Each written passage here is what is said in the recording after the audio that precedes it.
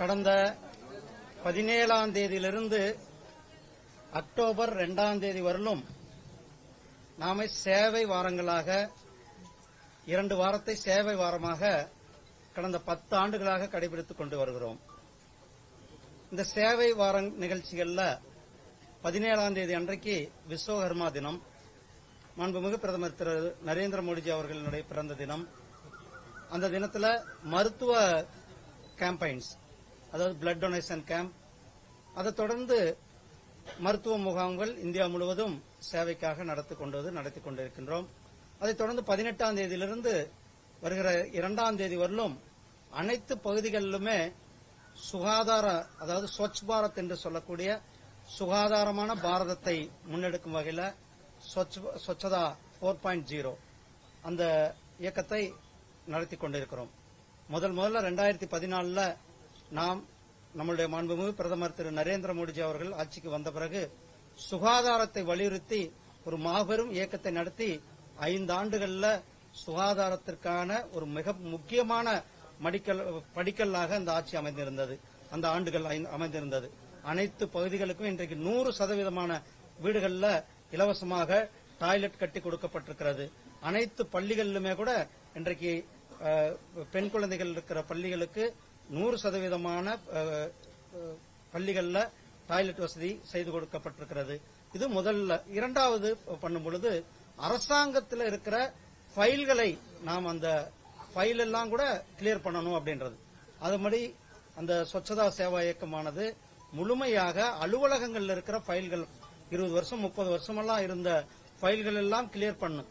அந்த ஃபைல் எல்லாம் கிளியர் பண்ணி அல்லது தேவையில்லாத பொருட்கள் அல்லது தேவையில்லாத இடங்களை இது எல்லாம் கூட சுத்தம் படுத்துவதன் மூலம் கிட்டத்தட்ட அரசாங்கத்திற்கு ஒரு மிகப்பெரிய வருமானத்தை கொடுத்ததோடு மட்டுமில்லாமல் இடம் நமக்கு நிறைய கிடைச்சது.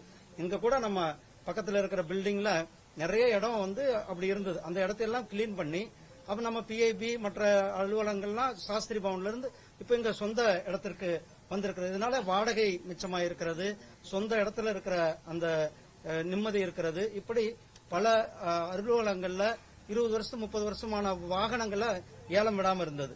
அந்த வாகனங்கள் எல்லாம் கூட ஏலத்தை விட்டு அதன் மூலியமாக வருமானம். இது மாதிரி சுத்தம்னா நாம்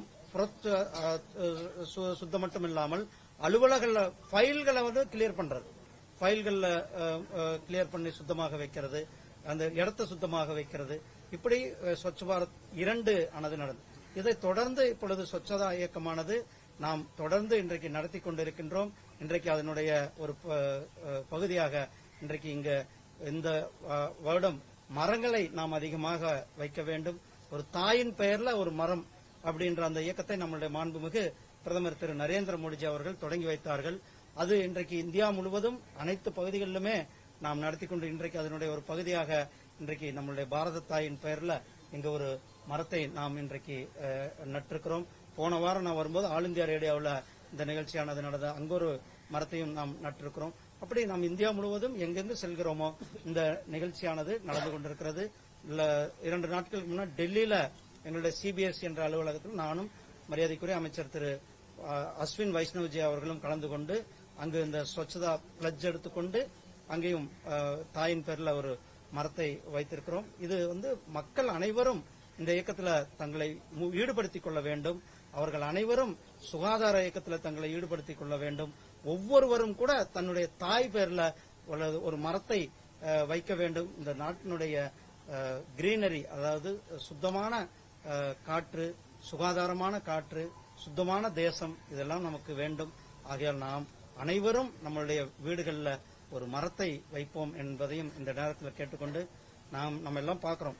கடந்த 10 ஆண்டுகள்ல நம்மளுடைய நாடு எந்த அளவுக்கு மிக வேகமான வளர்ச்சி அடைந்து கொண்டிருக்கிறது நாம் பார்த்துக் கொண்டிருக்கின்றோம். இன்றைக்கு மிகப்பெரிய அளவுல இன்ஃப்ராஸ்ட்ரக்சர் டெவலப்மெண்ட் நாம் 2047 வளர்ச்சியடைந்த பாரதத்தை நோக்கி நாம் அடியெடுத்து வைத்திருக்கிறோம். போன பட்ஜெட்டும் சரி, இந்த பட்ஜெட்டும் சரி, அதை நோக்கிதான் நம்மளுடைய அரசாங்கம் 2047 இந்த நாடு உலகத்திற்கு வழிகாட்டியாக இருக்கின்ற நாடாக, உலகத்திற்கு தலைசிறந்த நாடாக இருக்க வேண்டும் என்பதற்காக நாம் நம்மளுடைய அடுத்த 23 ஆண்டுகளுக்கான பணிகளை தொடங்கி நம்மளுடைய பணிகளை செய்து கொண்டு அதனுடைய ஒரு இதாக தான் இன்றைக்கு ஒரு மிகப்பெரிய இன்ஃப்ராஸ்ட்ரக்சர் பார்க்கிறோம். இன்றைக்கு இந்தியாவில் குறிப்பா தமிழ்நாட்டில் நாம் பார்க்கிறோம், தொழில் வளர்ச்சி பார்க்கிறோம்.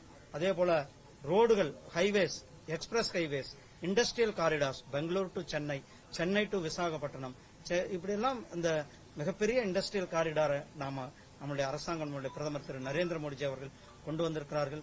அதே போல இன்றைக்கு துறைமுகங்களினுடைய வளர்ச்சி, நாம் சென்னை துறைமுகமாகட்டும், காமராஜர் துறைமுகமாகட்டும், தூத்துக்குடி வஉசி ஐயா துறைமுகம், இது எல்லாமே இன்றைக்கு சர்வதேச அளவில் ஒரு மிக முக்கியமான துறைமுகங்களாக இந்த துறைமுகங்கள் வளர்ந்து கொண்டிருக்கிறது.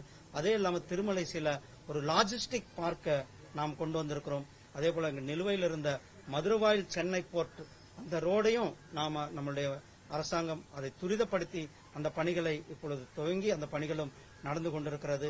அது மட்டுமில்லாமல் சென்னை விமான நிலைய விரிவாக்கம், திருச்சிராப்பள்ளி விமான நிலையம் போன ஆண்டு நம்முடைய பிரதமர் திரு நரேந்திர மோடிஜி அவர்கள் இங்கு வந்து இந்த விமான நிலையத்தினுடைய விரிவாக்கத்தை தொடங்கி வைத்தார்.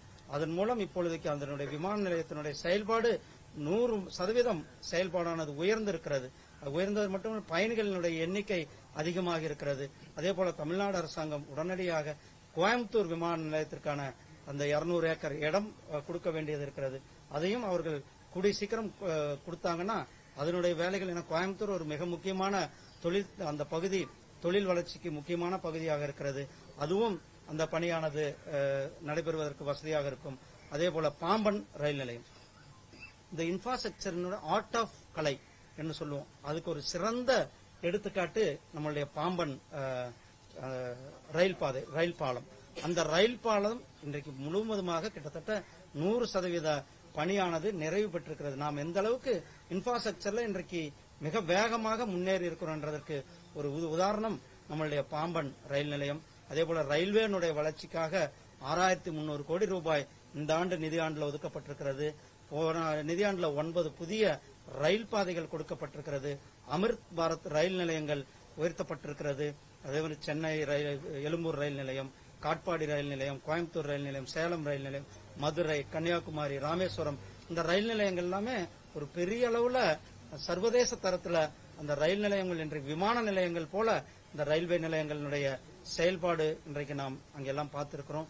இன்றைக்கு வந்தே பாரத் ரயில்கள் சென்னையிலிருந்து கோயம்புத்தூர், சென்னையிலிருந்து திருநெல்வேலி, சென்னையிலிருந்து நாகர்கோவில், சென்னையிலிருந்து பெங்களூர், சென்னையிலிருந்து மைசூர், சென்னையிலிருந்து திருப்பதி வழியாக விஜயவாடாவுக்கு, இப்படி அதே மாதிரி மதுரையிலிருந்து பெங்களூருக்கு இந்த வந்தே பாரத் ரயில்களுடைய சேவையை நாம் விரிவுபடுத்திருக்கோம். இந்த வந்தே பாரத் ரயில்களுடைய மிக முக்கியமான சிறப்பு என்னன்னா, இந்த ரயில் பெட்டிகள் சொந்த தயாரிப்புல உள்நாட்டு தயாரிப்பு, ஆத்ம நிர்பர் பாரத், அதாவது சுயசார்பு பாரதத்தின் கீழே மேக் இன் இந்தியா திட்டத்தின் கீழே நம்மளுடைய சென்னை ஐசிஎஃப்ல தயாரிக்கப்பட்ட இந்த ரயில் நிலையங்கள் சென்னை மட்டுமல்ல, இந்தியா மட்டுமல்ல, இன்றைக்கு உலகம் முழுவதும் இந்த ரயில் பெட்டிகள் போவது இந்தியாவினுடைய ஆத்ம நிர்பர் பாரத் என்ற மேக் இன் இந்தியா திட்டத்தில் இன்றைக்கு நம்மளுடைய ரயில் ஆகட்டும், நம்மளுடைய பொருள்கள் அனைத்து ஈரோட்டில் இருக்கிற பொருள்கள் வெளிநாடுகளுக்கு போகிறது, சேலத்தில் இருக்கிற பொருள்கள் வெளிநாடுகளுக்கு போகிறது, கரூர்ல இருந்த பொருள்கள் வெளிநாடுகளுக்கு போகிறது, திருப்பூர், அதே மாதிரி ஹோசூர், சென்னை ஒரு மிகப்பெரிய மையமாக திகழ்ந்து கொண்டிருக்கிறது.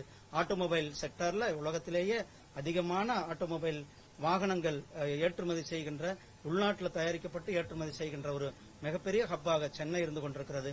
அதேபோல ஆப்பிள் தொழில் போன்கள் மேக் இன் இந்தியா திட்டத்தின் கீழே இந்தியாவில் தயாரிக்கப்பட்டு இன்றைக்கு மற்ற முன்னாடி நம்ம எல்லாம் இறக்குமதி செய்து கொண்டிருந்தோம். இப்ப இங்கு தயாரிக்கப்பட்டு அதே போல டிஃபென்ஸ் பொருட்கள் கிட்டத்தட்ட இன்னைக்கு 53,000 கோடி ரூபாய்க்கு இந்தியாவில் தயாரிக்கப்பட்டு இன்றைக்கு நாம ஏற்றுமதி செய்து கொண்டிருக்கிறோம். முன்னாடி நம்ம இறக்குமதி செய்து கொண்டோம். இன்றைக்கு இறக்குமதி நிறுத்திவிட்டு இன்றைக்கு ஏற்றுமதி அளவுக்கு இன்றைக்கு மேக் இன் இந்தியா, அதாவது சொந்த நாட்டில் உள்நாட்டு தயாரிப்பு, அதே போல காதி பொருட்களினுடைய ஏற்றுமதி, காதி பொருட்களினுடைய வளர்ச்சி, காதி பொருட்களினுடைய மக்கள் அது மேல வைத்திருக்கிற இன்றைக்கு ஒரு மிகப்பெரிய 2ஆம் தேதி அன்றைக்கு நாம் அனைவரும் காதி பொருட்களை வாங்கி காதி ஷோரூம் போய் அந்த காதி பொருட்களை வாங்குவதன் மூலம் நம்மளுடைய உள்நாட்டு, குறிப்பாக இந்த ரூரல் எக்கானமி என்று சொல்லக்கூடிய கிராமப்புற பொருளாதாரத்தை ஊக்குவிக்கும் விதமாக அந்த அக்டோபர் 2ஆம் தேதி அன்றைக்கு நாம் எல்லாம் காதி நிறுவனங்களுக்கு சென்று காதி பொருட்களை வாங்குவோம் என்று சொல்லிக்கொண்டு